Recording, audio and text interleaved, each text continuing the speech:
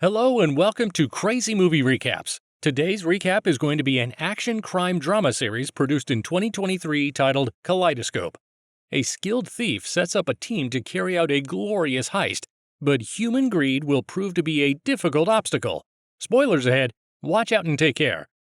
The series begins 6 weeks before the big heist, when Leo, an average-looking man, narrates that lone wolves don't get far, so he needs to build a team he trusts. Or at least a team he trusts will get the job done. Starting with Stan, a young man who lives with his wife and mother, Leo puts his team together and tells them that they are going to rob the triplets, meaning 3 of the largest banks in the world that are collaborating with each other. Although the mission will be quite hard, the loot is worth it, since they are going to steal $7 billion and they will split it equally among them. Yeah, I'm sure that's going to work out just fine. However, they have 2 problems. The first is that the triplets are being protected by a private security company run by Roger Salas. The second problem is that they will need some equipment to rob the triplets, but they don't have it. Hence, they need to make another robbery before they move on to rob the triplets. The series makes it look like Leo has a person inside Roger's company who will help them out. Although we are tricked to think that the person is a guy named Andrew, we later see that the person who will help Leo out is a woman named Hannah, who is quite good at her job and recently got promoted as the senior vice president. Way to go, Hannah! To resolve the problem of funding, one of the team members, Bob, suggests they rob a diamond store and then sell the diamonds for money and buy their equipment. The team sets up a little operation after carefully examining the place, and they are able to enter the store and snatch lots of jewelry. However, this is where we see the first indication of greed, when the team has to depart. But Bob wastes some time because he wants to steal more diamonds and necklaces. His stalling results in him being shot, and his team has to drag him out of there and carry him back to the base. Bob has been shot in his hand, and another member of the team, Ava, is trying to treat his wound, even though she is not a doctor. Later, Leo meets with Hannah, and they seem to be quite familiar with each other. Hannah tells him to be careful and is overall reluctant for Leo's operation. Leo mentions that Hannah seems to have changed and asks her if there is something she is not telling him. Hannah has been suspecting that she is pregnant and would prefer to not put herself in danger or lose her job, but she doesn't tell Leo anything yet. Next, the series takes us 7 years back in time, where we see Leo being in prison, but his name is not Leo, it's Ray. Boy, lots of name changes in this series. Stan happens to be inside that same prison, and he has set up a little business for himself. His girlfriend Susie deals some opioids to a guy that provides some stolen SIM cards for her. In turn, she gives the SIM cards to Stan, and he deals them inside the prison. In the meantime, Ray is starting to suffer from Alzheimer's disease, and he intends to escape. He tells Stan about it, but Stan says he only has 6 months left, so if he escapes and they catch him, he'll be sentenced to an additional 10 years. However, he changes his mind when he realizes that Judy is now with a new partner, Bob. Stan and Ray come up with a plan to escape, and they execute it, but at the last moment, Stan has to sacrifice himself so he can buy some time for Ray to escape. When Ray gets out, he visits his friend Ava and then his daughter Hannah. Ray has a quick chat with her, but Hannah doesn't listen to much of what he says because she remembers that when she was a little child, she visited Ray in prison and he refused to see her, to which Ray replies that he did that because he wanted her to have a normal life. When Hannah runs away, Ray follows her and he realizes she is working for Roger Salas, which makes him upset. That night, Ray fakes his own death and makes it look like he had an accident with the car he stole to escape and he burned alive. The next morning, he meets with Ava again and tells her that Hannah is working for Roger, asking her if she knew that. Ava says that she had no idea, and Ray reveals that Roger is not the man who he pretends to be and says that he took everything from him. Ava asks him if he is going to leave the country, but Ray replies that he can't, not now that he knows his daughter is working under Roger. Since he has made up his mind, Ava will help him out, and she provides a fake driving license and a fake ID for him, announcing that from now on, he will not be Ray, but rather Leo Papa. Even though Hannah didn't want to see Ray, he writes a letter for her, which she reads while being in her company's lobby and looking straight at Roger Salas. The letter says that Roger is not the man she thinks he is and instructs her to be careful around him. The letter ends by suggesting that they need to resist against corruption, and to do so, they only need each other. The series now cuts forward in time and takes us 5 days before the heist takes place. Leo has gathered his crew and he outlines the steps they need to take until they get to Roger's vault and steal the bonds that belong to the triplets. He says that he will take care of their initial access, but their biggest problem will be some thermal sensors that are installed within the vault, and there is no way around them. The only way those sensors get disabled is when Roger inserts his password, which changes daily and he is the only one who has it. Although the team gets nervous, Leo calms them down and tells them that he spent the last years of his life building a virus that will serve as a backdoor in order to disable the thermal sensors. That night, Roger and his wife Sakura attend a gala where lots of wealthy and powerful people are present.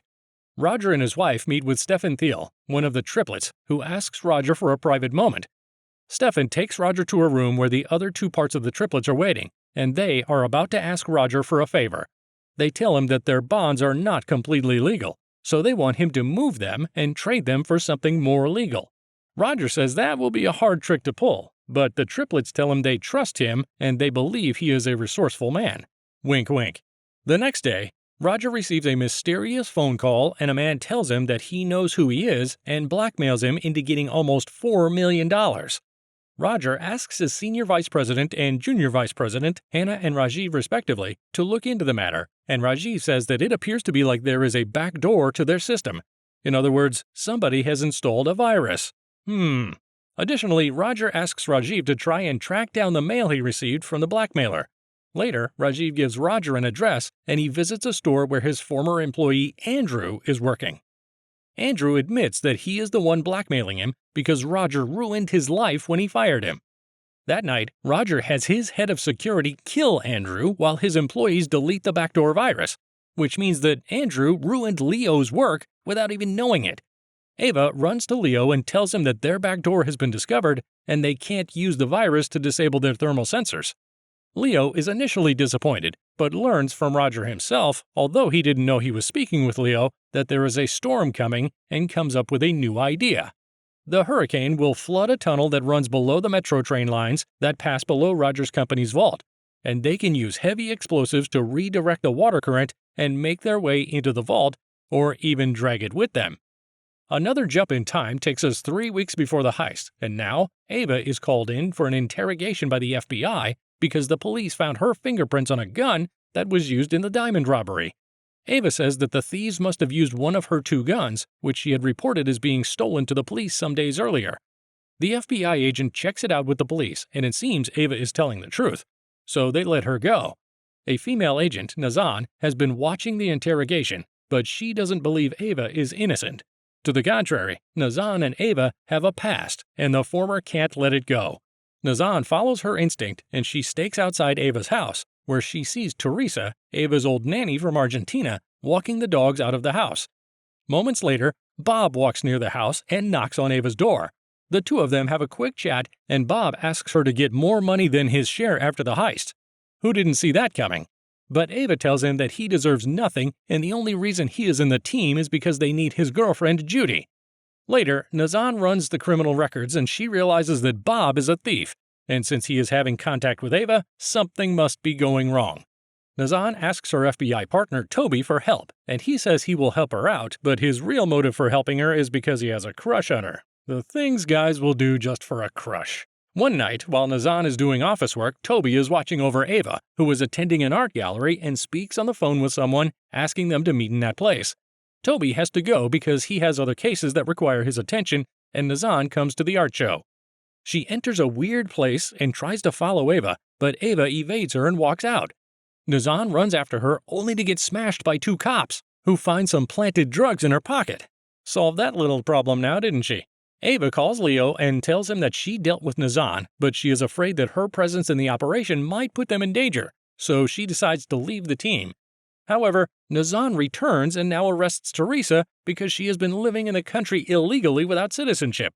That night, Nazan and Ava have a talk, and Nazan says she can help her keep Teresa in the country, but Ava has to do something for her in exchange and give her information. Ava says that it is too late now because she left the team, but Nazan tells her she will find a way. The next day, we see that Teresa has been let free to go and returns home to Ava. Ava goes back to the team and approaches Leo, telling him that she wants back in. The series now cuts 24 years before the heist, where we get to see Ray staking a house. While Ray breaks in the house, Roger is speaking with a potential client, and they pick up 2 girls, which they bring to the house where Ray broke in. While excusing himself to go to the bathroom, Roger walks on the upper floor and enters the room where Ray is trying to break into the man's safe. The 2 of them are not surprised to see each other, and we now understand that they are working together. After some fuzz, their job is done, and Ray escapes out of the window while Roger returns back to the party so they don't suspect him. So that explains everything. When Ray returns home, it is revealed that his wife knows everything about his illegal activities. They have a talk, and Ray seriously considers the possibility of stopping to live like a thief and maybe build a small business and live a normal life. The next morning, Ray takes his little daughter Hannah for breakfast, and he is interrupted by a phone call. Somebody on the other end of the line tells him that he is requested to do another job. One night, Roger and his girlfriend visit Ray and his wife, and the 2 men have a word. Ray says that he wants to stop, but Roger thinks that he just needs a break, and tells him that they can take some time off and then return to doing what they do. However, Ray explains that he wants out, and Roger respects his decision. After a few months, Ray has started his own business, but there are not many people entering his store. Although his wife is helping him with the bookkeeping, they still owe the bank some money for their loan, and things start getting hard. When Ray is alone in the store, Roger walks in and tells him that he is in big trouble, and he needs Ray's help to pull another job so that Roger can pay the people he owes money to. Although Ray feels bad for his friend, he tells him that he is living a clean life and he can't help him. However, he will change his mind when he goes to meet with his wife and daughter in her work environment, and they are racially profiled and being ill-treated. Ray tries to stand his ground, but that causes his wife to get fired. Knowing that things are going to be rough, Ray agrees to work with Roger once more, and they are about to steal some jewelry from an auction that will happen in the club where Ray's wife used to work. While they carry on with their plan, Ray's wife is called by her boss to return at the club and help him out that night, which she happily does. But things start going sideways when Ray is spotted by a security guard. Roger runs in to help him, and they neutralize the guard before they start stealing the jewelry.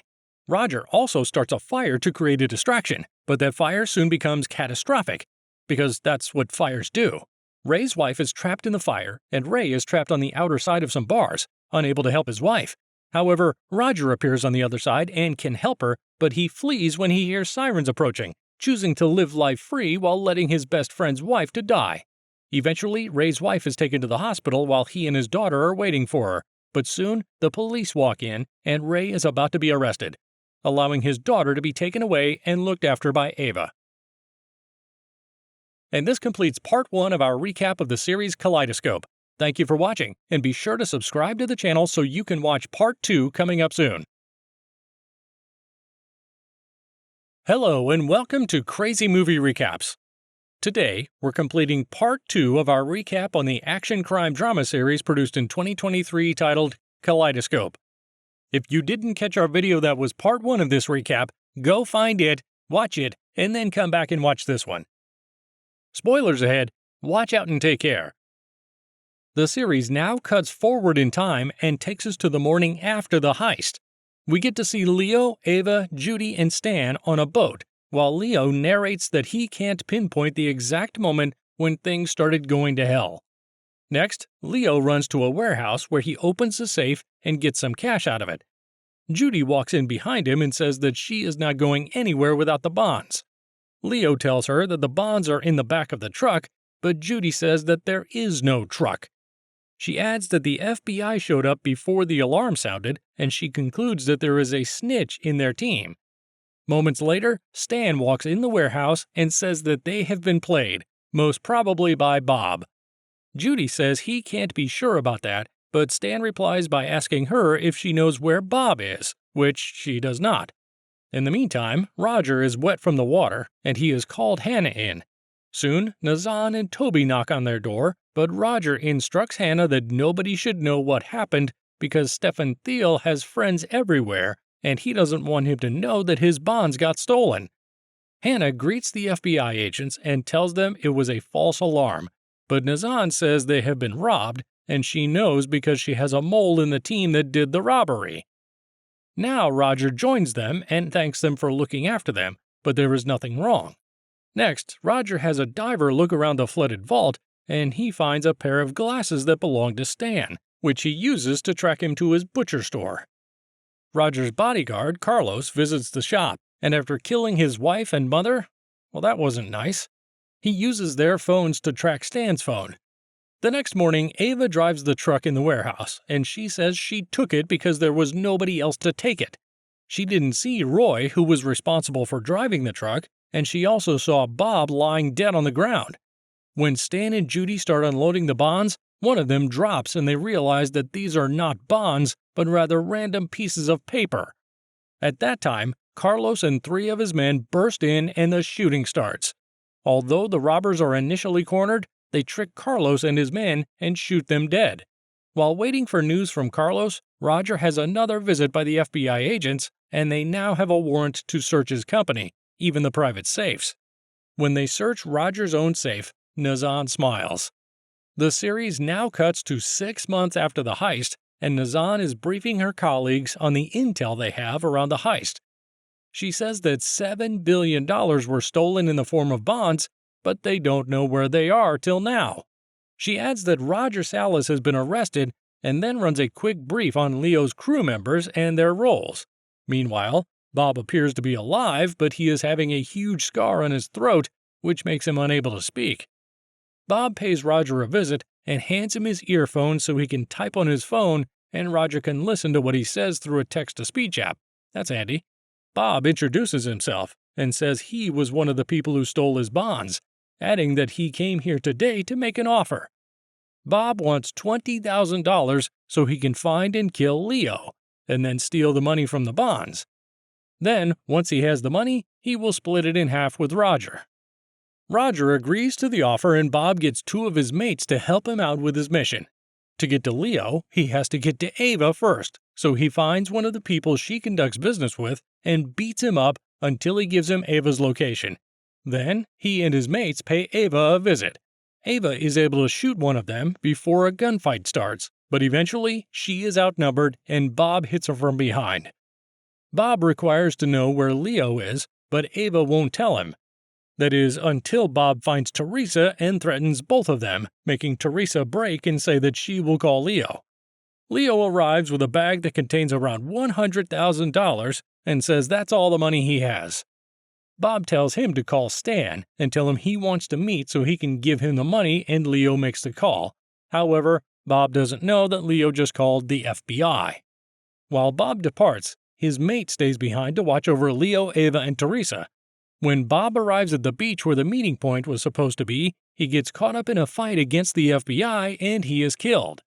Judy and Stan are nearby and Judy recognizes Bob's car. She walks near it and sees a note that Bob has been writing for her, moments before grabbing the bag of money. Meanwhile, Ava and the rest free themselves, but Ava and Teresa are shot before Leo is able to kill Bob's mate. However, the series indicates that nobody who messes with the triplets stays alive, and it shows Nazan stumbling on a civilian moments before she collapses on the ground. At the same time, Leo walks through a little bridge and a man follows him, pulling a gun and pointing it to his head.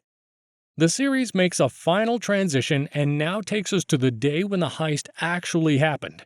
The team enters the building by using their replicate cards and codes, and then they overwhelm the vault room with a swarm of bees, so the motion detector can't spot any human movement, since there are hundreds of bees moving here and there. After Leo uses a mask that resembles the sharp edges of Roger's face, they enter the next level and they are now waiting for Judy to drop the fluid below the tunnel and cause a series of explosions. But since she fails, Ava moves to Plan B and detonates a bomb which floods the tunnel, forcing water to start entering the vault.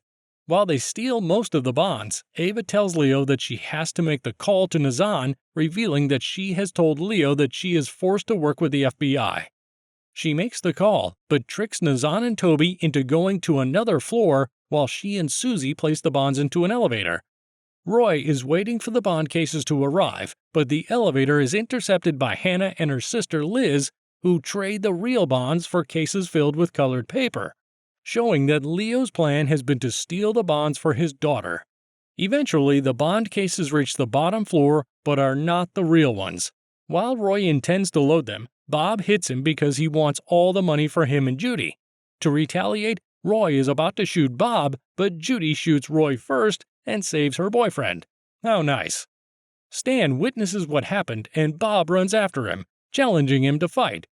Overwhelmed by guilt, Judy sneaks behind Bob and chokes him out. Meanwhile, Ava tells Leo that they have to go, but Leo tells her it was never about the money for him, prompting her to leave. Ava does so, and she gets the truck and drives away, since there is nobody else around. After she drives away, we see that Bob is not dead, but he is struggling to breathe, so he spikes a pin in his throat to be able to grasp some air. Finally, Leo returns back to the vault room, which has been flooded, and swims to Roger's private safe. He opens it and then plants a clue that will later send him to jail. The clue is a stolen necklace with a diamond on it, which is the necklace they stole the night Leo's wife died. Don't forget to like and subscribe to help our channel grow. Turn the notifications on so you won't miss any of our new videos. Thanks for watching.